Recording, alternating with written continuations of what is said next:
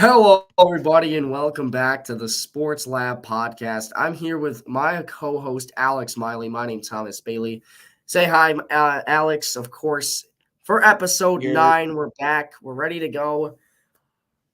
Insane week 1. Let's just throw that out there right now. A couple upsets. We'll get to those eventually, but some big news around the league. Of course, we're going to start it off light here. Spencer Brown, 4 years, $72 million, 18 a season for the Buffalo Bills. We're both big Bills fans, so that is huge for the Bills. I think it's a little bit of an overpayment. I thought 15, 16, but 18 is definitely not a bad deal by any means. It's not like we gave him $25 million or nothing. And then Harrison Phillips, a minor deal for the Minnesota Vikings, 2 years, $19 million with $13 million guaranteed. So we'll see how that works out for Minnesota. Alex, what are your thoughts on these deals? Anything game-changing for you? I really love the Spencer Brown deal because I rewatched the Bills game on Sunday and oh my God, Spencer Brown was an absolute mauler. Him and Deion Dawkins both had 100% pass block win rate. And then in the run game, he was running guys over left. And I saw probably he had at least 3 or 4 pancakes in the run game. He especially week 1, he looked like he took that next step into becoming a very, very good / elite tackle. So to get him at 18, and then they also have the contract set up where it's really like a 2-year, $27 million. And then if he continues to play, then we can after year 2 we can get out, and after year 3 we can also get out. So if he plays well, he obviously earns it. Then we continue paying him. But if he doesn't, or if he battles injury problems like he has in the past, we can get out of it without it hurting us too much. So I actually really like the way they set the deal up. And also because of that, it's not like Spencer Brown has the security of 4 years, 72. Right now, he only has 2 years, 27. So now he's going to want to, I'm not saying Spencer Brown's this type of person, but you know how some players, when they get the big contract, their work ethic goes down. They start to Daniel Jones. Down. Marcel Darius was the big one for the Bills back in the day. Yeah, no. Let's leave him out of here. Now he doesn't. I mean, yeah, he got the contract, a lot of money, but he hasn't fully. It's not fully secure. There's ways the Bills can get out if he doesn't play good. So exactly. There's still that chip on the shoulder. Yes, there's still that chip on the shoulder. He has to prove that he's going to continue to get better, that he can stay on the field like he did last year. He stayed very healthy, and it's just going to make him work even harder. And then it'll be even better because instead of him falling off and losing that work ethic, he'll get much better. So I really do like the deal. I like the way Bean set it up. The only, I guess, issue per se that I would have with it is I wish it was a little more front loaded while we have all these guys on rookie contracts and Josh on honestly for a quarterback contract, not that big with how the cap is these days. No, we have 30 million cap space this going into this offseason with basically everyone re-signed. I would have rather given Spencer Brown make this year 25 mil. And then, okay, now we only have 15, 20 mil. And while everyone's already re-signed, and then we can still make other moves to increase the cap up to 30, 40 milli anyways. And now when we have to pay guys like Khalil Shakir, Christian Benford, Greg Rousseau, Terrell Bernard, James Cook, we have a little more cap space because we front-loaded his contract. But I guess that's my only gripe with it. But at the same time, the cap is going to be going up so much that it probably won't matter too much. Yeah, another thing about that, too, with front-loading the contract is then afterwards for, let's say, year 2, year 3, the cut penalty goes down as well because we already gave him some of the money as well. So let's say he doesn't play good in year 1. We get rid of that contract. It's now $3 or $4 million less if we cut him instead of having to pay him that extra few million. And that's big when you come into cutting players. Look at the Broncos right now with Russell Wilson. That happens a ton in the NFL, and that's another big thing for it. Yeah, no, I totally agree. And then, the Harrison Phillips deal, not gonna lie, I didn't even know that happened until you just said that. He's a former Bills player. I figured he's a former Bills player. I guess good for him. He got his money. He's a decent player. He's basically no better than a rotational defensive piece. We really can't afford to pay. He's not going to pay it a lot considering the D-line position has been insane recently. Yeah, we could never afford to pay someone like him 10 mil because he would be our third D lineman at best, but good for him. Right. Yeah. Well, we're going to move into the week 1 slate. We're going to start off with your upset, which did not look very good. We'll get to mine soon, so you'll bash me for mine too, I know, but 47-10. Alex, what are your thoughts on this one? Derek Carr went nuts. Is he the MVP? No, I'm kidding. The Panthers are going 0-17, and I was totally wrong about them. They Bryce lost Young Derek Brown too. Yeah, Bryce Young did not take the step I expected.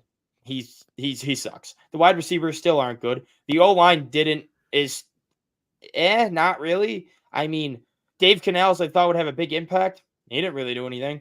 I mean, and then the defense, which already like one of the bottom 3 worst defense in the league, had the worst run defense in the league last year with Derek Brown having like this crazy, insane year. He had 105 tackles as a defensive tackle. That is like unheard of insane. Yeah, no, that's how good of the year he had last year. He was like an all-pro last year, and they still had the worst run defense in football. Now they lose Frankie Louvu in free agency. They lose him to maybe a season ender. I mean, what I'm going to start doing in fantasy, if there's streaming options, if they're playing the Carolina Panthers, I'm immediately starting them and not thinking twice about it because that defense. And then if the defense, they're basically anyone facing the Carolina Panthers is going to be on my fantasy team, no matter what, because they are going 0-17. They absolutely suck. I mean, they're going to be the first team to go 0-17. We had the White Sox be the worst team in MLB history this year. And we're also going to have the Carolina Panthers might be the worst team in NFL history this year. And I that may be an overreaction, especially since I had them going 6-11 and improving after one game. But I still don't think the Saints are that good. And they beat them by 37. Like, Panthers fans have already given up in the year. Like, I saw a picture earlier. Panthers fans sold 2 tickets for $1.80. Dang. That's crazy. Yeah, to the Falcons game whenever they play them. What is it, week 4? Week 5? Yeah, they sold it for $1. That's like a giveaway. At that point, just do a giveaway. People are making memes saying that Panthers tickets are going to be part of Bojangles meals. Yeah, that's actually nuts. Yeah, it was a really bad game for the Carolina Panthers. Obviously, like you said, that offense didn't take the step anyone thought they were going to. I mean, realistically, coming into this one, I can understand where you're coming from with the whole, yeah, they could beat the Saints. I'm not high on the Saints at all either, but for the Saints to go out there and just absolutely throttle these guys, they had 30 points at halftime. And they could have scored 60 if they were like that. They just chose to be nice and just run it out, like – They chose to take the gentleman's aspect side of things and keep that in the same exact thing. And 47 points to 10 is just absolutely brutal. Tough game for the Carolina Panthers to start their year. Honestly, to end their year as well. To be fair, yeah. But we're gonna move into the next one here. A little bit of a surprise on my side. I picked the Giants to win this game. The Giants. Vikings game, 28-6. Sam Darnold showed out. And I'm saying this right now because I told everybody, Sam Darnold might have a Baker Mayfield year. Everybody laughed at me over the summer when I said this. I didn't. My friend I didn't. Owen, I agreed with podcast. You. And now here he is absolutely dotting people up. These guys all peer pressured me into picking the Giants. I just thought to myself, like, I mean, at this point, I got to pick the Giants. Like, Sam Darnold's not going to have the year. No one's on the same wavelength to me. We got like 1 or 2 people that are, but that's it. And it's like, man, and now I should have just trusted my gut. I should have just stuck with him because now he's 28-6. Vikings beat the Giants. What are your thoughts? Yeah. I mean, I took the Vikings. I called the Sam Darnold breakout also. So don't say no one. I was on your side. I knew Sam Darnold was going to be much better this year with Kevin O'Connell and Justin Jefferson. I mean, that's really all you need. You need someone from the show. Comes back. Yeah, you need someone from out of Aaron Jones. Yeah, but very really solid line. If you can get someone from the McVay tree and then someone as good as Justin Jefferson to throw to, I probably could look good in that. Like, I mean, the Vikings offense did look very good, which as a Bills fan, it sucks because I want them to be awful. Granted, we have their second round pick, and that's why I want that pick to be as high as possible. But I think they actually, I think the Giants just absolutely suck. I think the Panthers are going to go 0-17, and the Giants probably go like 1-16, 2-15. The Giants' only win probably is going to be against the Panthers in Germany, which I don't know if you've seen the meme. I have. The NFL is giving Germany Giants Panthers as final payback for World War II. Yep, yeah. It was like, that's gonna. It's probably gonna have about a rating of, especially being at 9:30 in the morning. I think the ratings for that game is going to be about 3 people, because I'm not going to watch it. I probably will, but I'm not going to enjoy it. Everybody doesn't understand this, but obviously the reason why they do that is because the NFL in Germany obviously it's a big deal for them. So whatever game they get, they'll be happy with because they don't get it in Germany very often. So they give them the worst game because they know if They it's gave in the him United Chiefs States. Dolphins last year. No, I know, but what I'm saying is think about it this way. If you have if you have a game, let's say you throw that Panthers-Giants game at 1:00, literally no one would watch that game in person. There would be nobody at that stadium. You put it in Germany so you can actually sell tickets for a game that would otherwise be meaningless, a game that no one would care about. The German people, the German population will care because it's like their only game this year. Not literally, but like it's one of their only games. So that's why they give them the shit games, because then it doesn't matter as much because they know that the fans will still go because it's football. I guess that's fair, but still, it's just funny because the it's Giants just the NFL suck. being scumbags. Daniel Jones let's be real. It's the NFL just being scumbags. Yeah, Daniel Jones has more pick sixes than touchdowns since signing his $160 million contract. $160. The Giants wish $160 million. I wish it was that cheap. Yeah, I mean, they're going to be drafting his replacement in this upcoming draft. Shedeur Sanders, you are a New York Giant. Carson Beck, you are a New York Giant. I mean, yeah, poor guy. Suck. Yeah, I mean, poor guy. Whoever gets drafted by the Giants. Actually, I wouldn't say that because they're going to walk in with Malik Neighbors already, and then Wando Robinson had a pretty decent game. 12 targets, 6 catches. I'm just saying for like the line, for like 60 yards. I mean, well, you don't got Andrew Thomas. Andrew Thomas, like Evan Neal, if he ever develops, but like doubtful. No, Andrew Thomas is a very good left tackle. You're right. The rest of that line is god awful. He's injury prone. That's the problem. Or he's like actually, level Spencer Brown. Honestly, if I'm the Giants, what I would do is I'd put Daniel Jones and then just go and sign some random dude in free agency to hold over the year, so they suck again, just not paying someone $40 million to suck. And then so they draft an offensive lineman with their first pick. Try and build that offensive talent up more, especially when this quarterback class is weak. And then the next quarterback class, when you have someone like Arch Manning, or I'm not sure the other quarterbacks available in that class, but I heard that class is a lot better than this one. I mean, the only one I can really think of is Arch Manning. But there's what? I'm talking about the next. Oh, I'm talking about the 2026 or 2025 draft. Yeah, the draft this year is not going to be good at all. You got for quarterback. Back. It's going to be good for offensive linemen. Like there's going to be, there's 2 top 5, Calvin Banks and Will Campbell. If you end up with one of those tackles, then you're going to have a very good tackle. Slightly better. Plays better competition. Yeah, but I think I'm pretty sure Will Campbell's left, and I think Calvin Banks plays right tackle. I could be wrong. Calvin Banks played left in high school and plays right in college because of that. So I think I think he goes first because he's more flexible. I'm just saying, if I'm the Giants, you take Calvin Banks because you already have your franchise left tackle in Andrew Thomas. Then you take Calvin Banks, and then you hope maybe through free agency or the draft you can, for once in your life, actually get interior offensive linemen who aren't terrible. If you take Will Campbell, could end up the exact same as Evan Neal, because Evan Neal played left and tried to move over to right. It just didn't work. Yeah, and then when Andrew Thomas was injured and they put him at left, he actually kind of played all right. But they were like, that's what I'm saying, because that was his job. That was his whole role. He knows what to do. That's why I think, they try and get a Calvin Banks, and then maybe they draft a quarterback in the 2nd or 3rd round. I don't know. I think they should just wait. Are they going to do that? I highly doubt it, because no one. I think you just keep Daniel Jones at this point for right now, because realistically, no, you can't do that. No, I think you have to.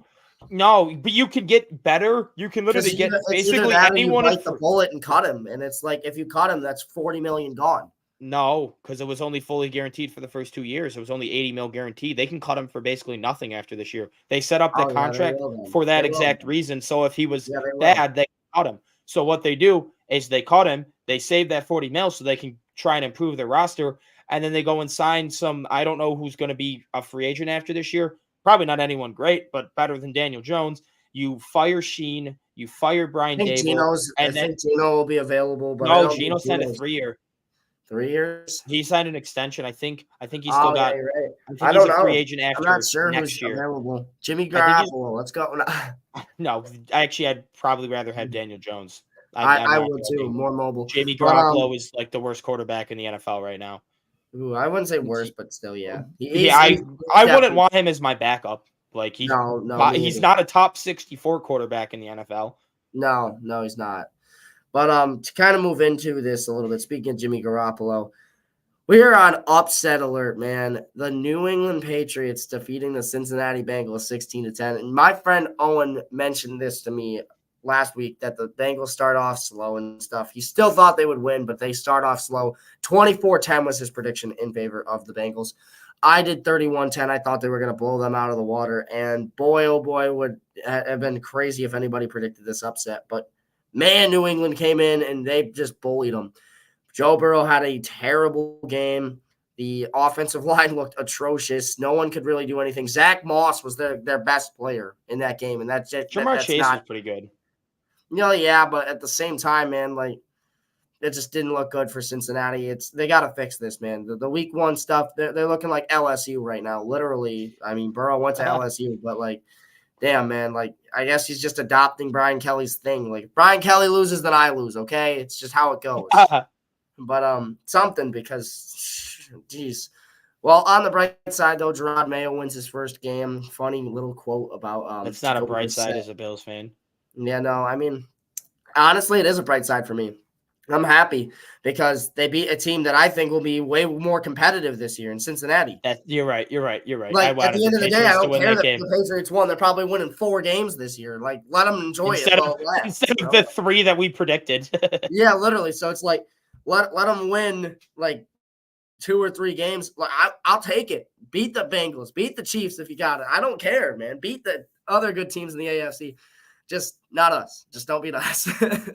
No, I mean, that's fair. Actually, one of my friends I was tailgating with at the Bills game did kind of predict this upset. He's like, the Bengals start out slow week 1.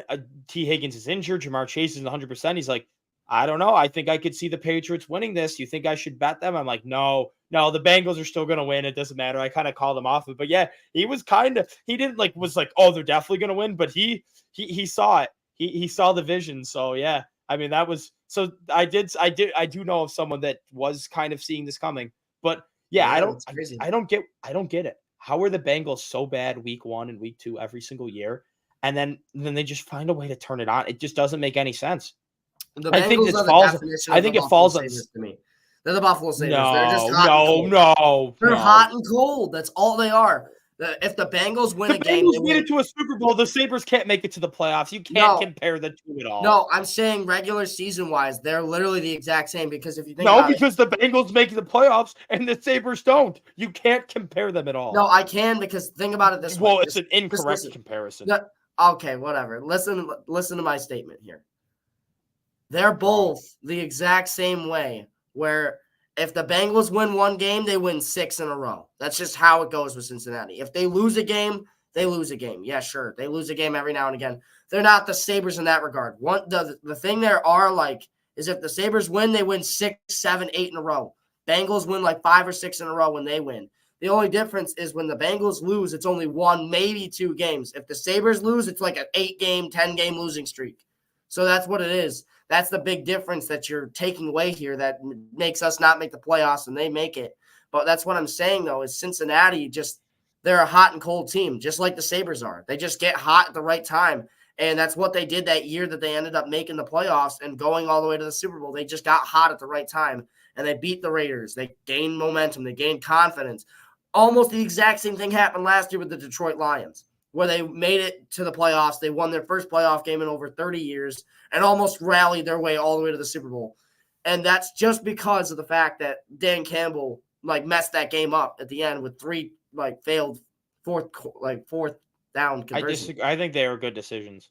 No, I don't think they were bad decisions. I'm just saying they didn't succeed on those. Dan Campbell has the cojones of I don't think you can put it on the coach that your receiver drops the ball. Well, yeah, fair, but it's not his fault. Josh Reynolds can't catch. Yeah, Josh Reynolds is. Yeah, he's exiled though. He's on the Broncos now, so he got his punishment. Yeah, he's going to one of the worst teams in the league and's got a quarterback who can't throw the ball we'll get to them 5 yards down the field. Well, our next game here is another quarterback that a lot of people were not expecting to play this game, and that is Justin Fields. Falcons, Steelers, 18-10. Falcons lose to the Steelers in week 1. It's not looking good for Atlanta. They got the Eagles this week on Monday Night Football and then Sunday Night Football against the Chiefs next week. So something's got to give here. I mean, they're probably going to start 0-3 after this. But Justin Fields looked pretty good. He just couldn't finish any of the drives. They had 6 field goals altogether. The Falcons defense really tightened up in the red zone, I noticed, which is nice for them. But bad game from Kirk Cousins. I get it, first game, whatever. But, man, this is the definition of one of those week 1 shenanigan wins. And everyone was saying, like, the Steelers start off the season right and everything. They normally start off really good. The only time the Steelers lost week 1 in the last 5 years was against the 49ers last year when they lost 30-7. And that's something to be said about Mike Tomlin, the way he coaches, the way he prepares them for this first game. He's all in. He's ready to go. And they came out here and executed perfectly in this game. I would say on defense-wise, they've executed absolutely perfectly. They played a perfect game. And, I mean, you got to hold your head high if you are the Pittsburgh Steelers after a win like that. The Falcons very projected to do very good this year. So I think that it's a very good win. I wouldn't say crazy like the Patriots-Bengals. Like I saw people picking the Steelers to win this game. But still, in a sense, this is an upset here in week 1. What are your thoughts, Alex? Kirk Cousins, you are cooked. That's my number one takeaway. There was one thing I was watching a video on that it is the Steelers defense. No, but I think it's because of like his Achilles injury. He doesn't really have movement. Is that when he was in Washington and when he was in Minnesota, his stance when he'd like take the snap, he'd be staggered. He'd have like one foot in front of the other. And in Atlanta, week 1, he had his feet like square. He had like a square stance instead of a staggered. And I think part of that's probably because he can't put as much pressure on that foot because of his age with the torn Achilles. So right. I think even though it's that small little thing, his foot being squared instead of being like that, I think it's just that little bit, I think is just making him a little uncomfortable. And I think it shows he can't put a lot of power off that back foot. So he's struggling with his accuracy because his mechanics are different. His mechanics are a little bit off. And it could just be week 1. I mean, maybe he's just rusty. He did just miss most of the year with an Achilles injury. Same thing could be said for Rodgers. So I'm not sure. I'm not going to say like he's for sure done, but he sure looked pretty cooked in that game. Yes, their receiving core is not that good. Yes, the Steelers have a very good defense. And so I get it. I'm not like that surprised, but at the same time, to only score 10 points when the offense is supposed to be your strength. Bijan did have a good game, though. I'm glad they're finally using Bijan the right way. And I mean, they kind of used Kyle Pitts, right? I mean, he had 3 for like 30 and a touchdown. Yeah, he had the only touchdown. So and then Bijan had like 18. And that was with him like limited 5 with catches the hammy too. So yeah, exactly. Bijan, they were like, "Yep, we know how good this dude is. We're gonna utilize the shit out of him and just give him a bunch of touches because he is electric." And that's what happened. He is electric with the ball in his hands. I don't understand why Arthur Smith thought, "Oh, I'm gonna draft Bijan with the 8th pick to use Tyler Algier," because well, I know why. It's because he's a complete and utter idiot. But Arthur Smith got the last laugh though.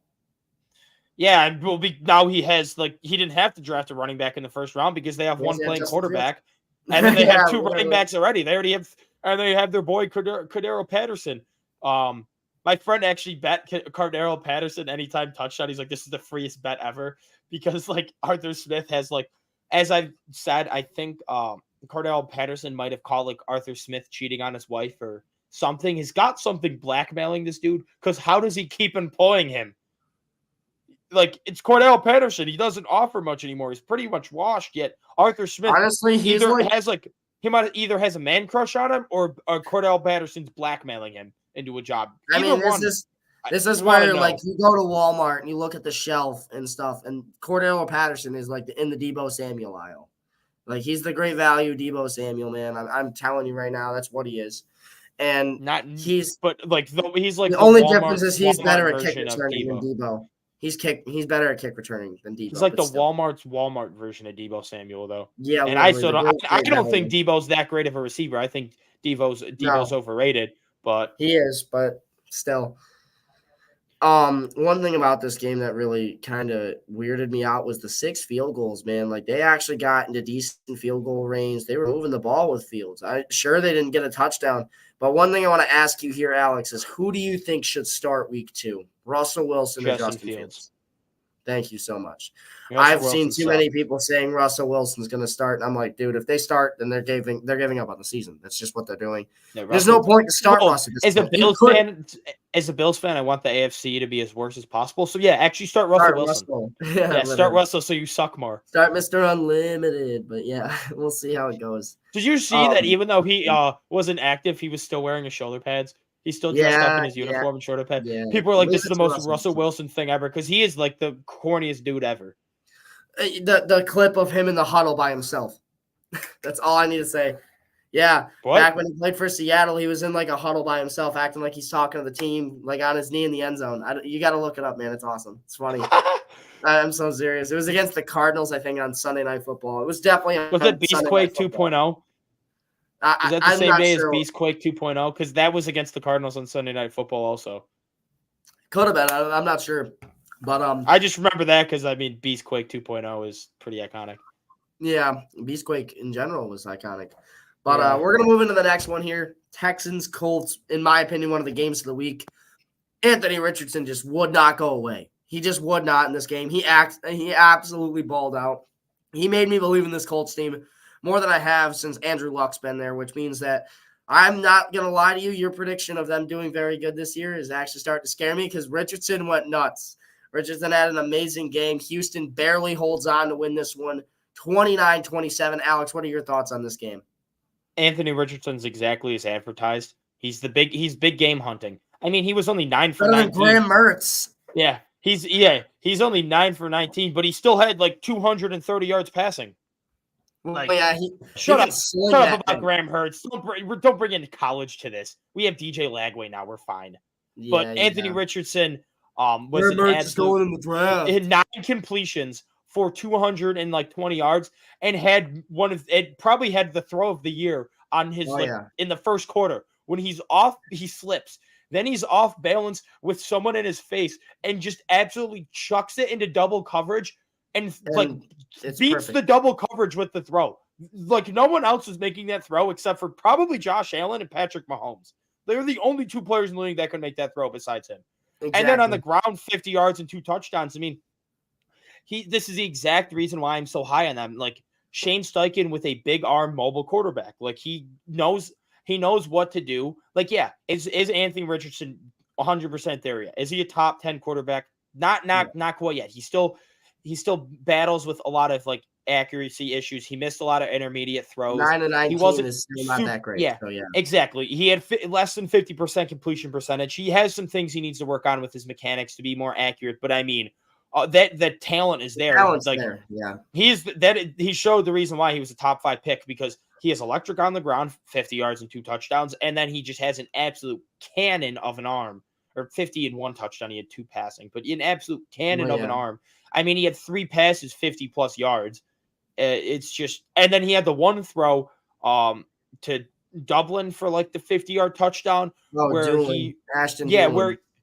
he like threaded the needle. The linebacker, he looked off the one linebacker to I was watching a video breakdown of it earlier. He looked off the one linebacker down to like the swing route, and then the other linebacker came over and he had to absolutely rip it. It probably like the defender stuck out his hand. Probably it was like that close to deflecting it or picking it off.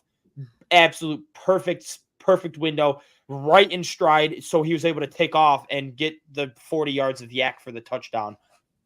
And then on the Texans side, I mean, that offense that offense is really good. Stroud does not look like he's going to have a sophomore slump. And then Joe Mixon revitalized. I mean, he looked really, really good. I see the last couple years in fantasy, I drafted Joe Mixon. I'm like, well, he's going to get all this volume. He should get a lot of touchdowns. And then he gets 10, 12 points a game till I trade him away week 9. And then he goes off and gets 20 points a game as soon as I trade him. So then I'm like, I'm just sick of the Joe Mixon experience in fantasy. Like, I'm not drafting him in any leagues ever. But in the back of my mind, like, there's that the unbiased part of me that's like, Houston likes to run the ball. He's the clear RB1. He could be in for a big year. I just couldn't bring myself to draft him because of the PTSD I have from drafting him in years past. But it came back to bite me. 160 yards and a touchdown. And I think he had 30 carries is insane. I think he had a couple of catches too. I could be wrong. Yeah, he had a few probably. I'm not too sure, but yeah. And then as I predicted correctly in the receiver room, Nico is the clear top dog, wide receiver 1 there, and then Tank Dell and Diggs are battling it out for the wide receiver 2. I I think Diggs laughed is about wide the Diggs receiver 2 thing. right Diggs now, caught 2 and I think passes in this game, and both were touchdowns. And everyone's he like, caught "Oh, Diggs, 6. the Bills should have never touched." Like, well, he caught 2 bad close to the end zone, is what I'm saying, for touchdowns, Oh, like 4 yards away. You know, like, come on, dude. no, it was funny. It was like, he had a quote after the game. It's like, it's nice when they don't like, or when like When they use the you in big team trusts, moments. or like when they can count on you in big moments. And then people were quote tweeting with him the picture of him dropping the pass against the Chiefs, and What? I'm like, How much bigger of a moment does it get? Like, fourth quarter, yeah, we're we down trusted 3. you in the big moment, and you fumbled it away by dropping the pass. Yeah, literally, like fuck off. I'm sorry, but like fuck off at that point. Like, it just does not make sense. I don't care, bro. Like, get the hell out of my face. And then he contradicts himself always because he says that quote like, "I won't talk bad about my ex to make my new girlfriend feel better." You know But then that has that all whole this thing. cryptic shit to talk bad Yeah, about. exactly. But then he does this, and it's like, just shut your mouth. Play football until you lose and you drop a game-winning pass for them in like the AFC Championship game, and they lose Or against because of you. Buffalo I week can't wait. 5. Yeah, exactly. I can't wait until you're the reason why they don't make the Super Bowl this year. Like, exactly. But moving on Josh Allen's going to to be the the better reason for team, that. the Buffalo Bills. 34-28 escapes against the Cardinals. It looked bad, down 17-3. A DJ Dallas 96-yard kick return touchdown, which my friend recorded on video, which is just absolutely sad. First in NFL history with the new kickoff rule, which is crazy. But Bills survive. Very good game in the second half by the defense. Gregory Rousseau with 3 sacks. He had 5 all of last year, and I called the breakout year from Greg Rousseau. 3 sacks and a forced fumble in week 1. I'm telling you what's happening. Groot is here. I'm telling you right now, it's the most excited I've ever been about a season to start from the defensive side in that second half. They looked great. Obviously, without Teron Johnson, they had to adjust. It took a little bit, but Cam Lewis filled that role nicely for the rest of the game. Hamlin didn't look bad at the safety position. Marvin Harrison was open a few times. Kyler Murray missed him. That he had that drop too. Harrison did, which would have been his first career catch, but he dropped it. He was wide open, like 15 yards downfield, and he just couldn't hold on. But the Bills do escape. Josh Allen does Josh Allen things. He had that fumble on the opening drive, but 4 combined touchdowns, 2 through the air, 2 on the ground. Nuts game. Alex, what are your thoughts on this one as a Bills fan? So I got a lot to say because, Oh, as yeah. I've already let you know, I am now watching all 22 of every single game. And it Right. doesn't come out till Tuesday, so I watched it this morning, and I got like a page full of I took like 3 pages of notes, but then I condensed it down to like 1 page for final takeaways. So I'll start out with like the things I didn't like out of the game. The number one thing is our front 7 outside of Greg Rousseau and Von Miller. Right. Especially our backup D line. Casey Toohill needs to be cut immediately. I don't care what he brings on special teams. Exactly. He is absolutely dog shit. He is so bad. He literally every single time he was in, they just ran it right. They would do like a Kyler Murray scramble or a James Conner run to his side, bounce it to the outside, and he had 0 contain. I don't think This he is kept exactly contained why one we should have play. kept Kingsley Jonathan. Yeah, he did not keep contained one play. Another one is Dwayne Carter looked awful in his rookie debut. I'm hoping he's a rookie, so I'm not panicking. I'm not like, but he looked bad. He had no push whatsoever. When he was in the game, he was getting double teamed and he could not handle it. He was getting driven right back. Like, he offered nothing. Eddie, I mean, Solid game. All right. he was non-existent. He wasn't awful. Up the but middle, he was they couldn't run well against him, but if they bounced one outside, it was over. He The outside didn't runs really killed us. give much pass rush. Him and Daquan didn't. I mean, Daquan No. was up and down. My thing is he was beating blocks well, but he was over aggressive, and too many And times missing. he was over pursuing. The amount of times he'd fly through the gap, he'd blow up the hole, and then James Conner would run right by him because the blocker would just Or the get in his times way. where he'd They run, would he basically tackled Murray. use Daquan Jones to make the hole. He would move. Exactly. He would like run up, and then Those they'd read have the running options back killed run him. right by. No, I'm not even. killed him, dude. I'm not saying the read options. I'm saying just a normal run play with Daquan. He would overcommit just to rush to the hole, and then the lineman would like use. No, I'm not saying on read options. I'm saying on normal run plays. Yes, I know, but what I'm saying is it's because of the read options why he does that. He was no. I promise you, he was doing it before they ran a single read option. He was doing it the entire game. He was overcommitting and over pursuing and getting himself out of position. So I had an issue with that. Epinesa didn't have a great game. He had a couple of all right plays. He offered nothing as pass rush, and he He failed to had the keep bat contained. down, but that's about it. Well, I don't think it was a bat down. I think he just got his hands in the way, so it was a I'm bad not even throw. gonna lie to you. It should have been an interception. Yes, but anyways, Very close. he didn't have a great game. But I also was a little bit surprised to see they put Greg and Vaughn together instead of Greg and Epinesa. I was kind of expecting that, but I think honestly I like Greg and Vaughn It better. worked. So yeah, it worked, Ooh. and I'm glad they did that. I So get it's really, the my number one Cardinals, but how takeaway do you from the not get Bills excited? my number one takeaway from the Bills D line is they were just over pursuing too much. They were getting themselves out of position. They really struggled to keep contained. It's like I get wanting to like have pass rush and wanting to get in there and wanting to like make a stop, but at the same time, linemen are smart enough to know, oh, if you're just going to run that way, I'll just let you keep running that way and we'll run right by you. Like the amount of times where I would see, oh, we'd get Yeah. upfield and then they would just ride us basically right past the play and then we'd have people miss. I mean, obviously this was more so first half issues. Second half, they did look a lot better. Another thing, it was mostly just a first half issue. There was a lot of miscommunication. I'm expecting that just because it was the first game with so much new on the defense at home being so loud. That's Babbich's first time calling plays. That's something they'll work on. But there was a lot of miscommunication. And then the linebackers were bad. Terrell Bernard, inconsistent. Like he had some good plays, but he a lot of did not too. look like Couldn't cover he did McBride that for shit. No, actually, the more of the coverage issues wasn't on him. It was more on Dorian Williams, which we'll get into a second. But for me, with Bernard, it was that he just wasn't flying to the ball really that much. He was very late on reactions. And it's like last year, he would just fly right to the ball. Even after, it wasn't like when he was just playing with Milano because Milano made it easy. It was like even after that, when he was the number one guy, he was flying to the ball and making plays. And I feel like this game, he was very like tentative and like would stand there and like get himself out of position. And I would just be like, or he'd like shift the wrong way, like pre-snap. He'd move like a step one way and then run it the other way. And it was like he just wasn't reading things very well. And I had that issue. In the second half, he stepped it up and he started playing a little bit better. But Dorian Williams was just awful. I mean, they were just the reason why they never threw to receivers is because they were just able to throw at him. He was just out of almost every pass play that they threw in the middle of the field. It was because Dorian Williams was out of position. And then people were trying to make up ground for it. Like even on the Marvin Harrison Jr. drop, the only reason Marv was even open is because Dorian Williams was in awful position. He was way too close to the sideline. Like I could tell the way they were running zones.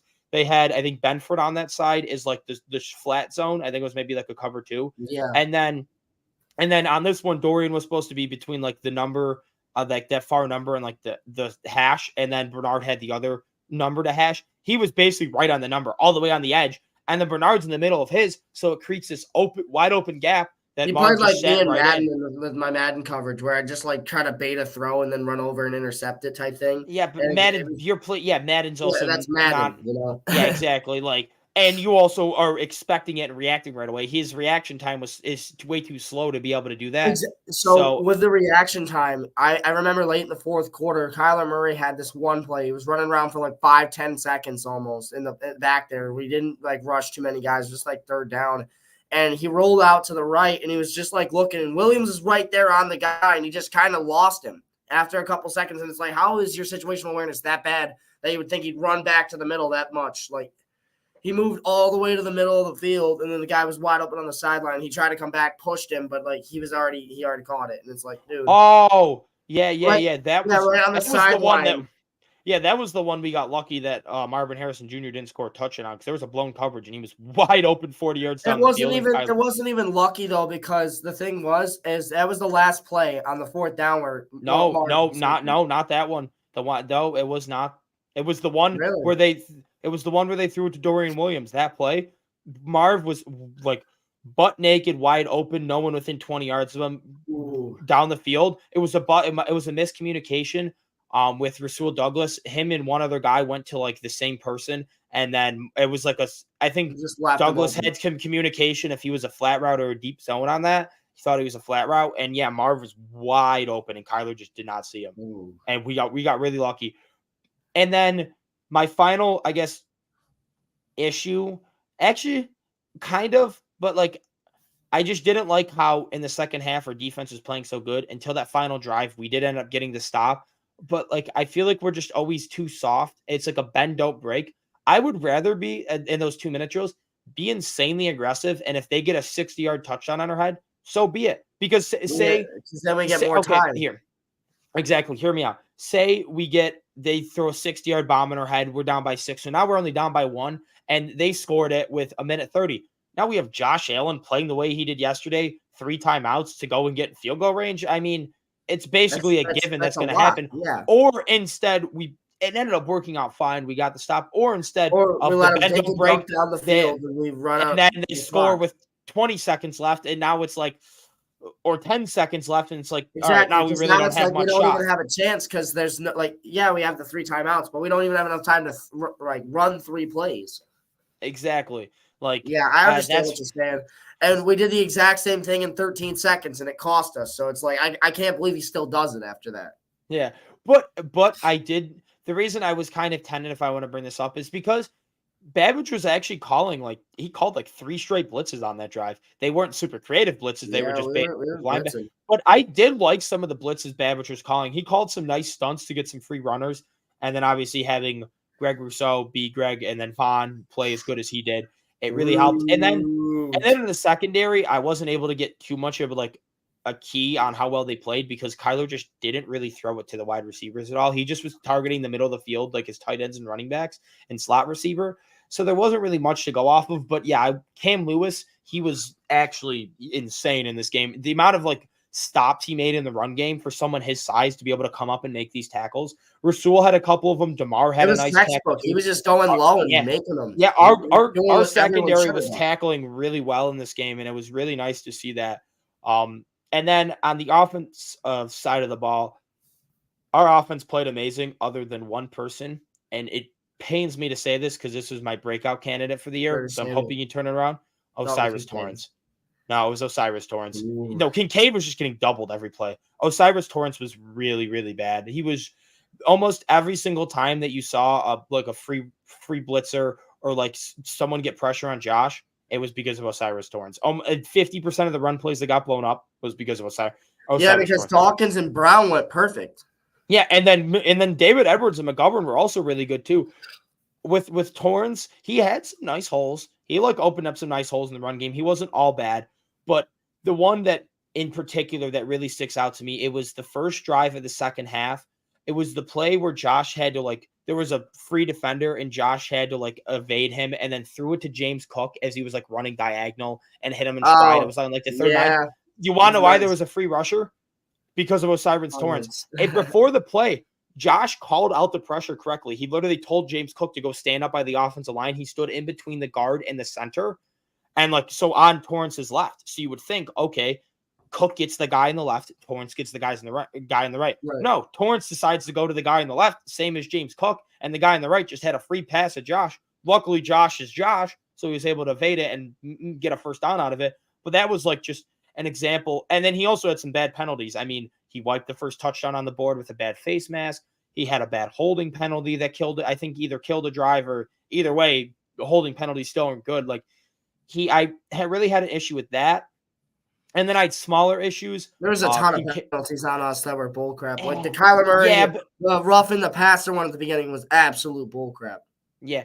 And a lot of the ones the false starts and stuff, we'll get through those. Those are just first game jitters. I'm not really worried. Right. And then on a couple other things, I had smaller issues where Knox and Kincaid did not do a good job blocking, which I understand they're not really blocking tight ends, but but the thing is, Joe Brady, he was kind of inconsistent in this game. Joe Brady loves to run the ball. So if Kincaid can really increase his blocking to at least be average, he can see so much more field time. We don't have to have those plays where Quentin Morris comes in and then the defense knows we're running because we need someone like him to be able to block or have that 6 lineman. If we can get that blocking out of Knox and Kincaid, it would be very nice. And then my last final gripe is actually with Joe Brady and he gets too predictable. I like Joe Brady. I think he's really good. Just something that can make him better. He gets too predictable in the second half with running. It's we ran on first down 72% of the time, In the first half, it was like 7 yards a carry. In the second half, we averaged like 2 or 3 yards a carry on those runs because the defense knew it was coming. The amount of times they got blown up because they were basically just run blitzing as soon as the ball was snapped because they knew we were going to run the ball. That's why I would like to see a lot more play action and on first downs and in the red zone. I would love to see a lot of like play action rollouts, play action boosts. Exactly. I was waiting for that play action where Allen hit like knocks in the flat, or yeah, exactly. Especially with how good like he keeps it himself. With how good our tight ends are, you do a little play action, you get the linebackers to come up, boom, right over the middle of the field, and between the linebackers and safeties, they'll be open every time. Oh, so yeah. that was my gripes, I guess. The things I thought we did well, obviously, Groot, Vaughn, secondary, great job on defense. And then on offense, I mean, Josh Allen, he's MVP frontrunner right now for good reason. James Cook had a great game. He very good at like getting himself like small to like get in and out of like really small holes. Right, he missed a couple of holes, but like for overall, his vision was pretty good. Khalil Shakir, contact balance is actually insane on that dude. I don't understand how someone that size can get hits like that, but he can. Are you talking about the one where he bounced off and then just kept going? And then our offensive line, Deion Dawkins and Spencer Brown played like all pros on Sunday.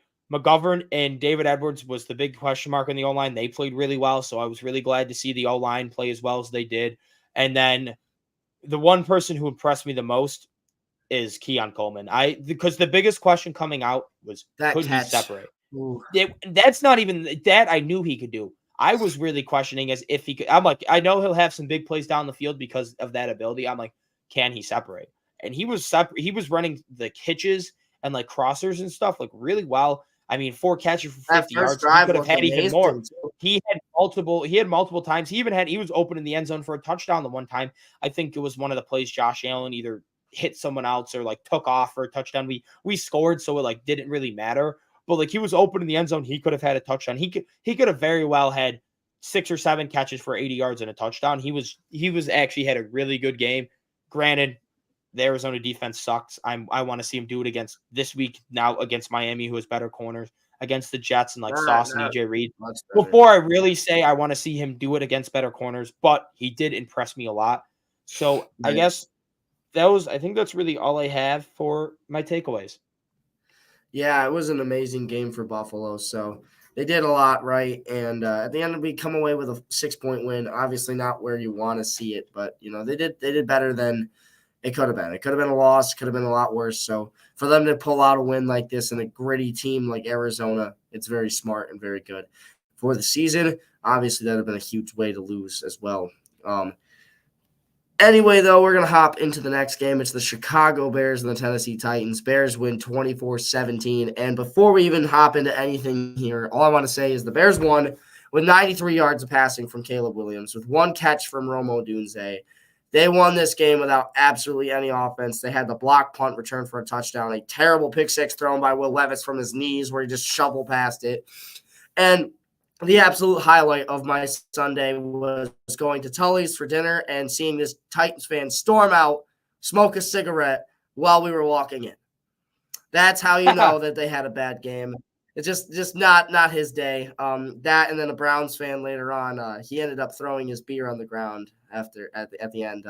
So yeah, that was great too. That was on the Kevontae Turpin punt return touchdown, which we'll get to eventually. But fun day of football for those guys.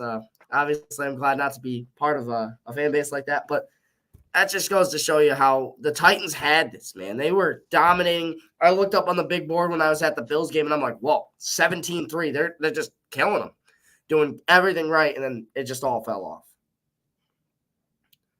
Yeah, I mean, Chicago's offensive line, that is scary with how bad that is. Their offensive line was just getting absolutely bullied by Tennessee, who doesn't even have a great D-line. They got Jeffrey Simmons. He's a stud. Yeah, like Ernest Jones was that big of a difference. Yeah, and he's a off-ball linebacker, not even like a D-line. Yeah, I mean, I'm saying like pass rush in general. Yeah, I mean, it really scares me. I mean, Caleb Williams didn't have a good day. Obviously, no quarterback can throw for 90 yards and really excuse themselves as having a good game. Like he's the one that got an A on the group project for doing nothing. Let's just be real here. Well, no. the offensive line got an A in the group project for doing nothing because he played better than the offensive line. But The offensive line none played of them played absolutely good. That offense was garbage. well, yes, but I think they'll get it figured out. I mean, rookie quarterback.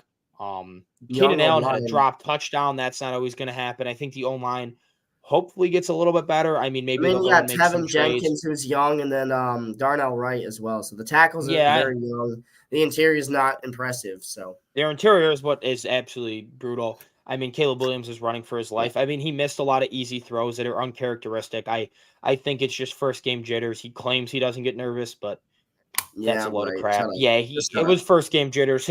I think he'll get better Keep throughout the putting year. pink on your nails and stop. And I think Chicago is still going to be a pretty decent team. I mean, their defense is legit. So, but for Yeah, Tennessee, their Will defense showed up. Levis did not look it. He did not look it. I expected a jump with all the weapons they gave him and the flashes he showed last year and the offensive coaching they gave him, but he did not look it. I think When I a little watched too the much recap, mayo in I that was coffee. expecting to see him go nuts in the first half, a couple touchdowns, maybe like a run in. No, they really didn't do much on offense either. And that 17-3 lead, like just to blow it like that without giving up a defensive touchdown, it's a brutal way to lose. Yeah, it's literally just field goals and defensive / special teams touchdowns is like actually crazy. Yeah, literally. To kind of move into our next game with a field goal aspect, 52-yard game winner as time expires from Jason Sanders for the Dolphins to win week 1, sadly, against the Jacksonville Jaguars. The Jags had this one in the bag too, much like the Titans. They were up 17-7 at one point. The Tyreek Hill touchdown of 80 yards with the handcuff celebration was actually the highlight of the week. I don't care. I hate Tyreek Hill. I hate the Dolphins, but man, like to see that happen, to see like the handcuff thing, it was just funny. But Dolphins do pull out a win here, and they looked pretty rough. I'm not going to lie to you. They had a lot of moments in this game where they really shouldn't have won. This game shouldn't have been that close. Jalen Ramsey gets the last laugh against his old team. It was a solid game. I think it was one of the better games of the week, just a little lower scoring. But Dolphins beat the Jags. What are your thoughts on that? I mean, if Javon Holland doesn't punch out that fumble, they lose that game. I Oh, mean, yeah. he did. I almost So they won forgot the to game. say that. Yeah. Like, obviously, the ETN. Dolphins won. They did what they had to do to win, but they got saved based on a very good play by Javon Holland, who is an absolute stud. The Patriots won the exact same way, too. Yeah. The Both biggest, AFC teams. what was I going to say? Takeaway? Question mark going, the Question biggest mark. question mark going into the Dolphins this year was how is their offensive line going to be able to perform? And Right. boy, did it look pretty bad. I mean, 83 rushing yards on like 25 Rousseau's gonna carries. feast, I think, They again. average like 30. They average like 3.5 yards per carry with the electric running backs they did. And now Raheem Mostert and Devon Achane haven't played at all. Like they haven't practiced. They do not practice yesterday and today. They haven't. So I don't expect either of They're them to questionable. yeah, I but don't neither think of them they have play. practiced all week. I really don't expect either of them to play. So No. it is kind of looking rough for that rushing attack. I mean, they have Jalen Wright and Jeff Wilson, and in that scheme, really a lot of people can eat. But like the offensive line looked really, really bad. So I mean, their tackles are all right. Austin Jackson, Teron Armstead, but that interior was really, really bad. Did you hear yourself, ahead. Austin Jackson? No. What? So did you hear yourself, Austin Jackson? No. I thought he was their starting right tackle. No, he is. I'm just saying, like, are you really being serious right now? Like, he's good. Yeah. He last year he was pretty good. He was solid. I mean, like, I don't know. Yeah, he's decent. Like he's an average to above average tackle. He's probably their second best offensive lineman. Oh yeah. His first couple years in the league, he was really bad, but he took a step and got a lot better last year. So yeah, he is pretty decent. That's why they gave him the extension that they did, because he has been good as of lately. But their interior offensive line was bad.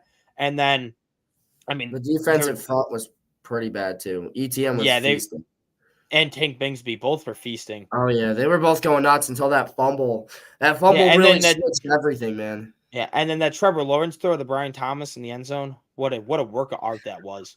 Yeah, that was nuts. And it just makes me sad that we don't have Brian Thomas even more. Yeah, Brian Thomas wasn't even in the end zone yet.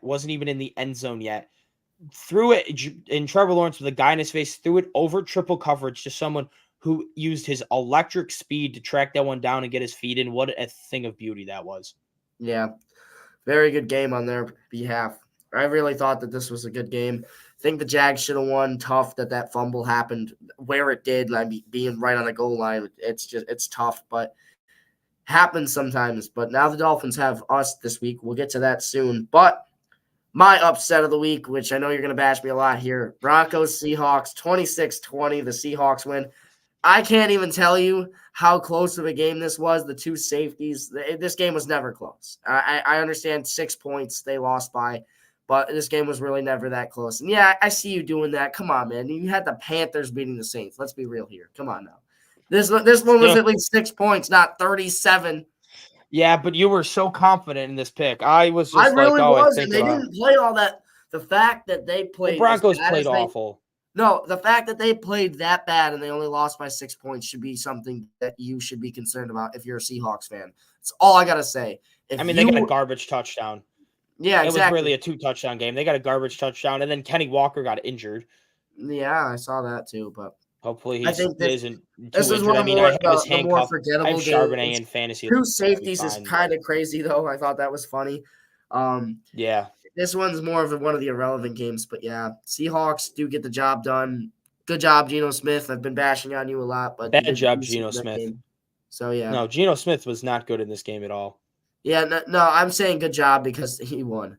So no, well, not because of him. They won because of their defense exactly. and their rushing attack. See, that's what I'm saying. Is Geno Smith's going to be the reason why the Seahawks go like 7-10 this year, 6-11 is what my prediction is. But I don't understand why they've been holding on to him for so long. It does not make any sense. Yeah, after the year he had last year, I think that they should have got rid of him. Like Dave Canales was the only reason he turned it around, and now that he's gone, it's over. Geno Smith, rival story. I think it's over.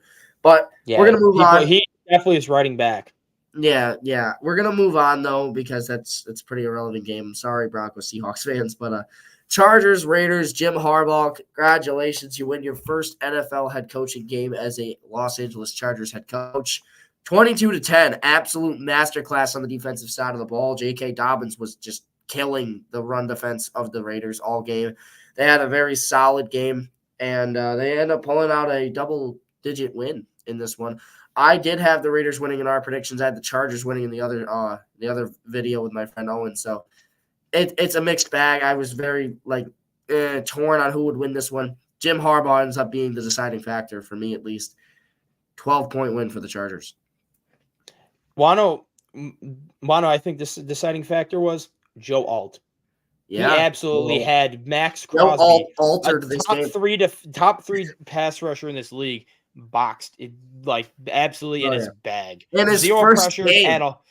Yeah, in his first career game. I saw someone say their NFL hot take this year is that Joe Alt wins Offensive Rookie of the Year. First lineman to ever win it. I don't think he'll be able to do that because they don't get the recognition. But still, that's just because won it a few years ago too. Rashawn Slater could have won it 2 years ago. Yeah, but I mean that tackle duo there for the Chargers. I mean, the Chargers are exactly what I thought if they were going to surprise people, they're exactly what I thought they were going to be. Great defense, a great run game, and efficient quarterback play. I mean, Herbert had only 150 yards and a touchdown, but with not much to throw to, 150 and a touchdown, no picks. They ran up there just running it down their throats. I thought this was very good for that offense. This year, I think in the next offseason, they go and get a legit receiver to pair with Ladd McConkey for Herbert to throw to. But for right now, I mean, if they had Jim Harbaugh last year, the Chargers win 10 or 11 games. Yeah. So serious.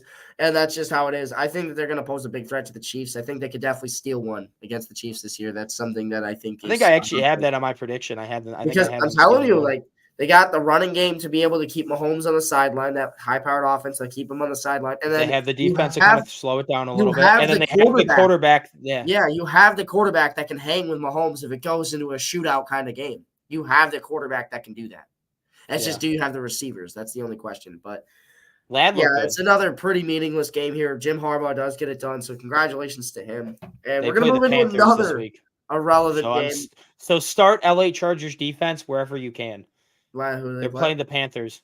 Oh yeah, it's over. Yeah, they're gonna literally give up like 3 points. Or Seahawks defense, who's playing the Patriots. I have the Seahawks. Let's go. But anyway, Cowboys Browns 33-17. Cowboys win. This game was not close. 17 points is not even what it should have been. They really just they played great the fourth quarter. That's about it. But Cowboys dominated this game thoroughly. Micah Parsons looked great on defense. CeeDee Lamb did CeeDee Lamb things. Prescott had his annual here we go performance and did great in the first game. And now everybody's going to think Yeah, here we Cowboys are going to the go. Super Bowl. Here we go. Yeah, Cowboys are going to the Here we Super Bowl now. go. So I guess we'll see. But Cowboys. I'm sorry, but yeah, I mean, like, congratulations. It's on not one of your year. Yeah, exactly. One of your few wins.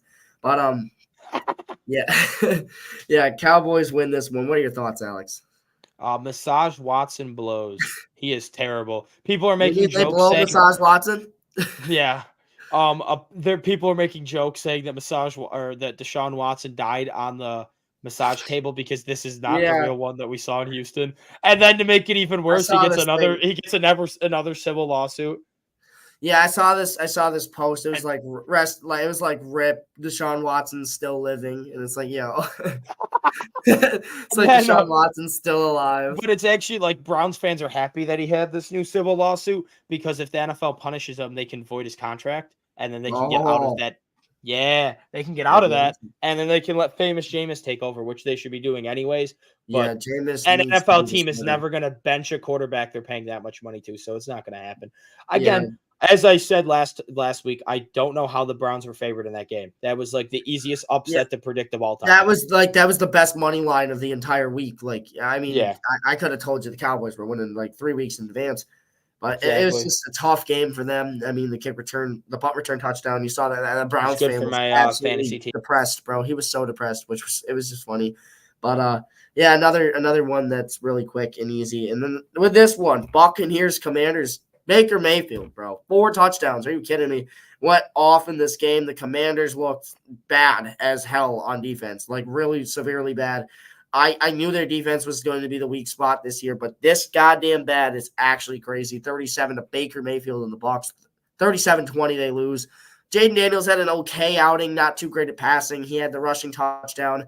Solid game, but Commanders not even close in this one. Yeah, I mean, what a renaissance for 2018 QBs. I mean, Baker and Josh Allen were the 2 best QBs in football week 1. Sam Darnold was good. Lamar Jackson was good. And then Lamar Josh Jackson Rosen balled out doesn't with the exist ground and anymore. passing game too. So yeah. Yeah, I mean, 4 out of the 5 in the first round. I mean, 2 of them have been studs Josh for a while. Rosen's The other sitting 2, on a couch somewhere. yeah, I mean, his parents were like a millionaire, and he made it to the NFL, so he's got good money. I think he's enjoying life just fine. But Oh yeah. yeah, I mean, the Bucs looked really good. I expected the Dave Canales departure to affect them more. I mean, granted, the Commanders defense. Geno Smith fall off a cliff last year. Yeah, exactly. I expected Baker. It happened to Baker too. To be fair, the Commanders defense sucks, and Dan Quinn also was a terrible hire. That's why the Commanders are continuously poverty because they drafted the wrong quarterback and hired the wrong head coach, and they're going to set their team back for a decade because they're complete idiots. Imagine if they ended up with Drake May and Ben Johnson. Oh, they would be Super Bowl contenders in 3 years. I just think they'd have to shore up the defense, and they'd be amazing at that point. Yeah, but this draft class was like the perfect class that you would have been to get good defense because I feel like they would have been like the Lions a few years ago, or like where they were just in shootouts all the time, like that game against Seattle. And then I have me some Terry McLaurin in fantasy, so that was a little depressing for Jaden Daniels to not throw in the ball. I thought, Jaden Daniels has a good deep ball. He might try and throw it the few times he does because he's going to run it too much because, again, as I've been saying, he'll be done by week 4. The draft, he'll be done by week 4. Jaden Daniels is Justin Fields 2.0. What exactly did that game remind you of? The way Jaden Daniels played? Justin Fields 2.0, running the ball a bunch of checkdowns and a terrible offense and getting blown out. That's exactly what he was like his rookie year. Like, he did not look that good at all. I mean, yeah, he was electric on the ground, but we expected that. But they lost by 20, so it doesn't really matter because their defense sucks. And Baker Mayfield throwing to Mike Evans and Chris Godwin. And then that rookie, Jalen McMillan, I stashed him in a dynasty league because I heard he was tearing it up all camp, won the wide receiver 3 role. He had a nice touchdown. Yeah, Bucky Irving looked really good. I think even though it's only week 1, I think I'm going to change my prediction for who wins the NFC South. I think the Bucs finish as 10-7 and the Falcons finish as 9-8 now. I'm going to switch that right. I'm going to think the Bucs win that division now, even though it's after one game, just because, again, even though against the Commanders defense, my biggest question was that offense, and that offense looked elite while the Falcons offense looked bad, even though the Yeah. defenses were much different still. Yeah, very different. Speaking of defense, Kansas City Royals defense was pretty good tonight. 5-0 shutout win of the Yankees. Anyway, your game of the week. Mine also. Lions. Let me just look Rams. at something real quick. Wait, I just want to look at something real quick. The Mets lost. Yes. What is the Mets record? We're in a playoff spot. I know that. 79-65. What is the Yankees record? 83-62. So suck it. 4 more wins. Sorry. 4 more wins. It's three. We're 3 wins. I think it's 4 wins, 3 in the loss column. Yeah. Congratulations. I mean, the Mets lost when I started David Pederson and my fantasy baseball playoffs. So screw the Mets. I hate you. He got me -3, and it's going to go down to -6 after they lose. When before the 6 starts before that, he was absolutely shoving. And now in the playoffs, he chokes for me. So I'm pissed off at you because you're a Mets fan. So screw the Mets. I hate them. Blame me for what I am blaming you. Yes, I am blaming you. I can blame you for this Lions-Rams game. Man, I wanted to pick this as my game of the week as well. I couldn't because Alex told me to pick a different one, be original. I picked the Niners-Jets. Sucks to suck. Sucking. But Lions won this game by the skin of their teeth, and I just want to throw this out there for all the people at home watching this. David Montgomery saved my entire day. I won my fantasy league by 4 points, 4.6 points. I would have lost if Jahmyr Gibbs would have scored a touchdown.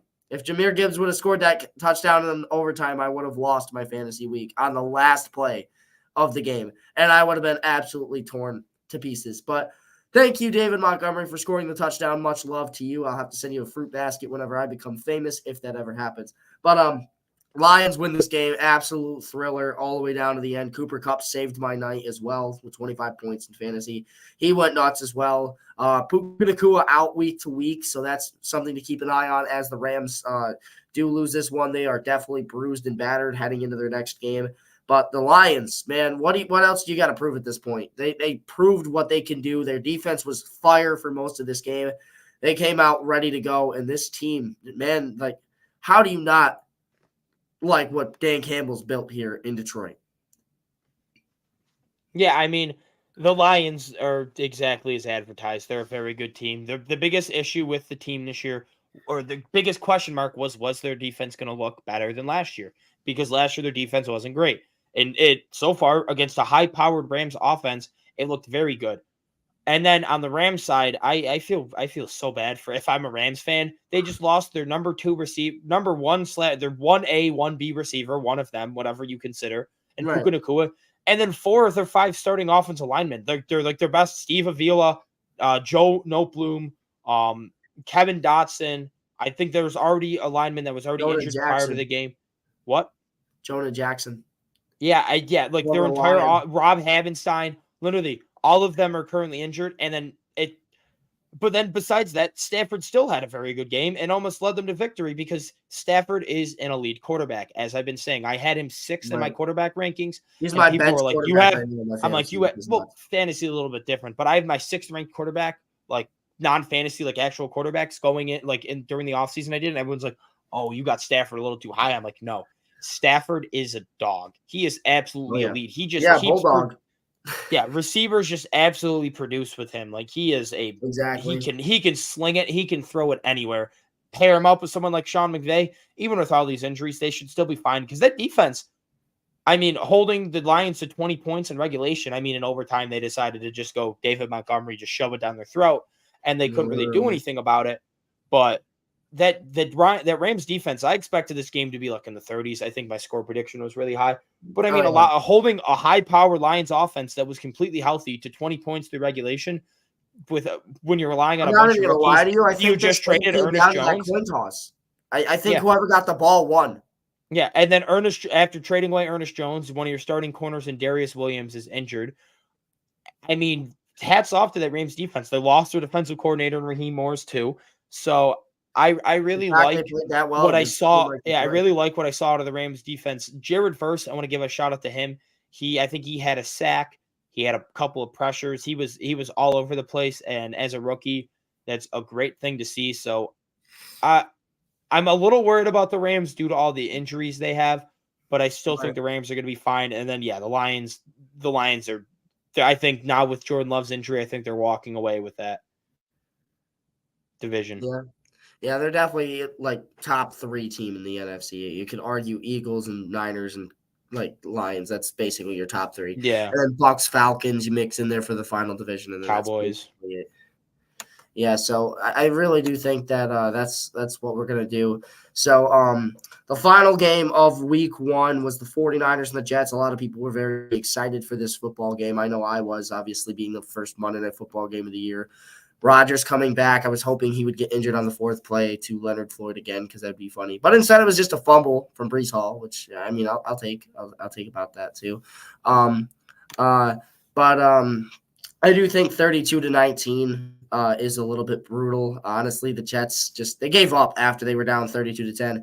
It was just not that 10, but like they were down like 32-13. They were just getting destroyed.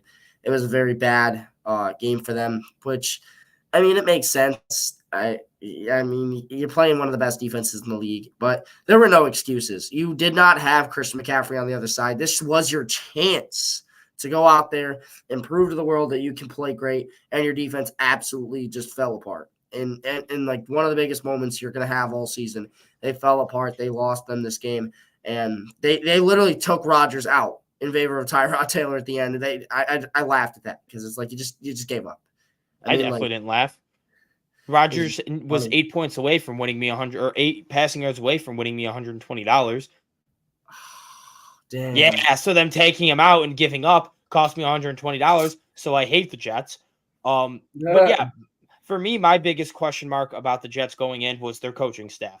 Nathaniel Hackett, I knew was already a certified moron. The fact that he has a job is just the funniest thing ever. It shows that I guess you don't have to be qualified to get jobs in the NFL. You just have to be buddy with the quarterback. I don't know. Maybe just throw me out there. Maybe I think Nathaniel Hackett probably has some blackmail in the Jets and Aaron Rodgers, so he keeps getting jobs. Because like, yeah, right. I could have told you this a decade ago that Nathaniel Hackett sucks.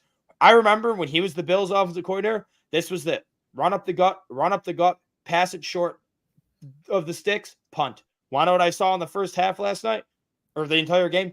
Run up the gut, pass, super short pass or crossing pass, and then if that doesn't work, then punt. It was literally no creativity whatsoever. It was run, pass, punt, run, pass, punt. And it's like you have a 40-year-old quarterback. Your offensive line has gotten better, but it's still not great. You're going against one of the best defensive lines in football, and you decide to try and run it up the gut a bunch of plays and then throw a bunch of short crossers in front of Fred Warner. Like, how dumb are you? I could have told you that's not going to work.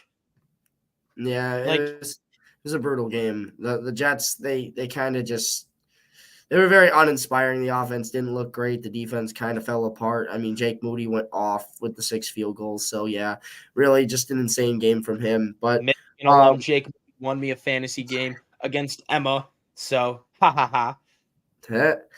One thing I did forget to do was talk about the Eagles-Packers game, 34-29. The Eagles win in this one in Brazil.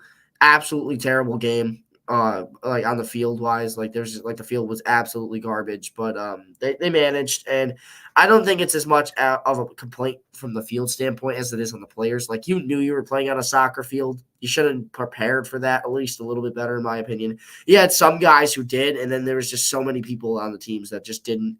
Saquon Barkley's first carry was -5 yards, by the way, which is actually funny, but then he managed to score 3 touchdowns. So it was not funny because my friend Owen was going nuts in fantasy because he had Barkley. So literally won him his league match. He won by like 46 points because Barkley just went off. And so it's not fair. It's just not fair. He has Barkley and Josh. You should have drafted it then. He has Barkley and Josh Allen. It's just it was just unfair. It was disgusting. Yeah, it's just over. Just give him the trophy at this point. Just give him the money. Yeah, obviously the big lingering thing here is Jordan Love's MCL/PCL is injured. It's very tough to gauge how long he'll be out, at least 2 to 4 weeks. So they're not playing the toughest of opponents in these next few games, but still that is a big concern for these guys. And obviously realistically, they could be 0-4 after this stretch with They will Malik be. Willis. With Malik Willis starting, I don't know. Like, honestly, I think Emma might agree. Sean Clifford was right there. You had him and you cut him for Malik Willis. I don't know why you would ever. Because Sean Clifford was worse than Malik Willis. Sean I think Clifford was Sean absolutely Clifford's a better game manager, though. Malik Willis is going to try to just run this ball, and the thing is Malik Willis doesn't fit their offensive scheme. Sean Clifford is a lot closer to a Jordan Love quarterback. But he was bad, but a very bad, extremely awful version of Jordan Love then. Yeah, exactly. But still, I don't care either way. Malik Willis at least the better Malik Willis is the better quarterback. Yeah, at but least he can offer you something on the ground. Sean Clifford offers you 0. At least Malik Willis offers you running. Well, yeah. Running is better than he can't pass. Let's see. Can Sean Clifford pass? No. Can Sean Clifford run? No. Can Malik Willis pass? No. Can Malik Willis run? Well, yeah. So at least there's something with that. I mean, it doesn't matter if Sean Clifford or if Malik Willis was starting this game or starting any games for the Packers. They are losing every single one of them unless they're playing the Panthers or the Giants. Those are the only 2 teams they might be able to beat with Malik Willis. Yeah, maybe the Broncos. Yeah, those are like the only 3 teams in the league that they're beating. I don't even think they beat the Patriots with Malik Willis or Sean Clifford starting. Yeah, I think the defense next week. The defense, I think, would be got the Colts next week. Yeah. So yeah, it's over. And their defense is bad, which is great for me, who has Anthony Richardson a lot. The week after is the Titans, so Malik Willis revenge game. I can't. Yeah, they're cooked. Sorry. And Titans defense too good. They're cooked. Week 4 is against the Vikings. I don't think they win that. They're still cooked. Yep. And then the final game, if he comes back, it's the Rams. Yeah, okay. Yeah, they're cooked. Yeah, 0-5. That'd be 0-5. Yeah. So this might they might be able to rally and make the playoffs, but this might be what derails their season. But honestly, it's not the worst thing ever because of how young their team is. They don't make the playoffs. They can get another draft pick. They can just add to the plethora of young talent. Or it's got to be somebody on the defense. Or they can trade their first round pick to someone who, like, say some rebuilding team wants to trade a defender who they don't want to pay or whatever. I don't know who that would be. Kayvon Thibodeau for a first round pick. That'd be perfect. Yeah, exactly. You could have him and Rashawn Gary as your pass rush would be pretty gross. Oh, but that's down the line. That's a down the line thing. But honestly, neither team on defense, both teams looked pretty bad on defense. But Jalen Hurts looked bad, but the talent on that offense is just so good that I think that offense is going to be fine regardless. I mean, you have one of the best offensive lines in football with Saquon Barkley. I mean, that rushing attack is absolutely lethal. And then A.J. Brown and Devontae Smith to throw to, and also Saquon Barkley. Like, their offense is just going to be absolutely electric, even though I like Jalen Hurts as a lot as a player. I just also don't think he's that good anymore. I think Shane Steichen just made him look so much better than he was. I mean, if the Packers knew how to catch, why can't I think? If the Packers knew how to catch, Jalen Hurts would have had like 5 interceptions. So. Oh yeah, they didn't play great. So yeah, it was a bad game from both sides on the defense. But realistically, I think the worst team won this game in my sense because I think Love played miles better than Hurts. That's what I'm saying. In this game, this game specifically, Love almost threw a pick 6. Love had a pick 6 drop, and they got a touchdown right after it. So I wouldn't say Miles better. He played better, but not Love had some really bad throws too. He played Miles better, but he played better, but I wouldn't say Miles better. Yeah. So at the end of the day, they get the win. The Eagles do. So Packers, it's going to be tough for these next few weeks. So hopefully you guys can at least get a win or two. I think the only ones they even have a chance in are the Titans and Vikings games. I don't even think they stand a chance against the Colts or Rams. I think that's just a given that they lose those.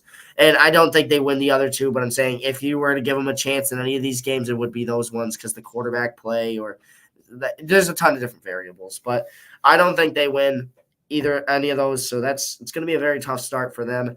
Moving into week 2 action on Thursday Night Football, our Buffalo Bills are taking on the Miami Dolphins in a AFC East clash, the first division rivalry matchup in this division this year.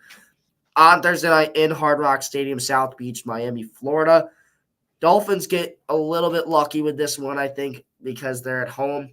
So realistically, the Dolphins win regardless in like that sense, like getting a game early in the year because they're either going to make us play in the blazing heat or we're going to have to play them in the heat up here without the cold weather factoring in for them. So realistically, it was a win. Yeah, but Either way it's a night game though, so it's not going to be too hot. Right. It's not going to be No, we're too not hot. playing at 1 a.m. We're not going to be playing them at 1 p.m. in the blazing heat. It's going to be 8:15, so it'll be a little bit cooler. Right. And we're just getting into fall, so who knows? But I do think that this game is going to be very close. I think the Bills are going to run away in the second half, probably again. I think that we're going to have a lot to move into with this game. I think Buffalo wins this one 28-17. That's going to be my score prediction. I think that the Bills defense is going to tighten up in the second half. They're going to play very good. I am worried about the injury to Teron Johnson, but Jalen Waddle could be out for this game as well. I just think the one way that Miami beat us. I don't think so. He wasn't even on the injury report. Well, still, though, even if he does play, I think the one way that Miami beat us last year was with a lot of play action. I think if Achane and Mostert both don't play, then this game is ours to lose by a mile. I just think that if they can't run the ball, then Tua's going to have to be forced to throw the ball too much. And when Tua's forced to throw the ball against the Bills, Taylor Rapp knows what happens. So, and at the end of the day, knows what happens. Yeah, exactly. So all these guys knows what they know what happens in that situation. And if you're going to trust a quarterback in any situation like that, it's not Tua Tagovailoa. It's not going to be like, oh, we have to throw the ball. We're down 10. It's just not going to happen. I think that that's why they don't score as many points. Everyone's going to be like, whoa, only 17 against the beat-up Bills defense. That's why. And then on the offensive side, Josh freaking Allen, he always balls out against them. He's one of the best quarterbacks in the league. And honestly, this may be like the most dominant like rivalry matchup we've ever seen at the end of his career because he has destroyed the Dolphins. I mean, like 3 touchdowns on average each game he plays, which is absolutely unheard of. Even for Brady, it's unheard of. And we were talking about historically bad Buffalo Bills, Miami Dolphins, and New York Jets teams while Brady played, and still didn't hold a candle to what Josh Allen's doing to the Dolphins right now. He is just Brady kind of owned us. He is just Japanese. He did like 20 straight. Sushi, bro. He is just absolutely nuts. Josh Allen's just been insane. I mean, he's a That's wasabi funny. master. I like that. He's nuts. I don't know what to say at this point. I think Josh Allen wins this game for us. I think it's going to be a lot like the game last year at the beginning when we won 48-20. I don't think it's that crazy, obviously. I do think the defense is kind of going to make this one a little closer than I would like. But I think 28-31 range to 17 would be nice for the Bills. So maybe this time I'll be right about 28-17 because I picked 31-17 last week for the Cardinals game. So hopefully it's not as close, but Bills win on Thursday night. Alex, what are your thoughts?